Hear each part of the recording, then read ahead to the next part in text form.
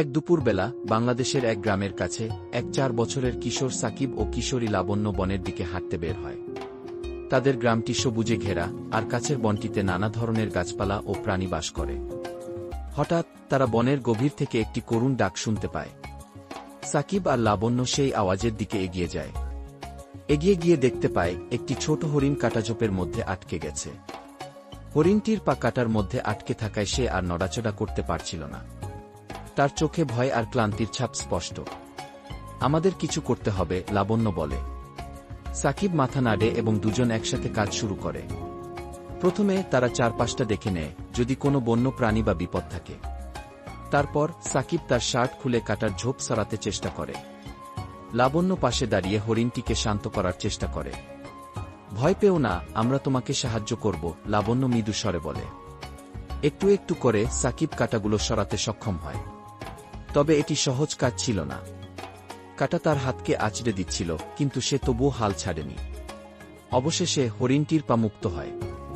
লাবণ্য দ্রুত হরিণটির পায়ে একটু পানি ঢেলে দেয়, যা সে তাদের সাথে আনা বোতল থেকে বের করেছিল। হরিণটি ধীরে ধীরে উঠে দাঁড়ায়। এখন তুমি মুক্ত, সাকিব বলে। হরিণটি তাদের দিকে একবার তাকিয়ে বনের গভীরে দৌড়ে চলে যায়। যখন তারা ফিরে যাওয়ার জন্য প্রস্তুত হচ্ছিল, তখন লাবণ্য আরেকটি মৃদু আওয়াজ শুনতে পায়।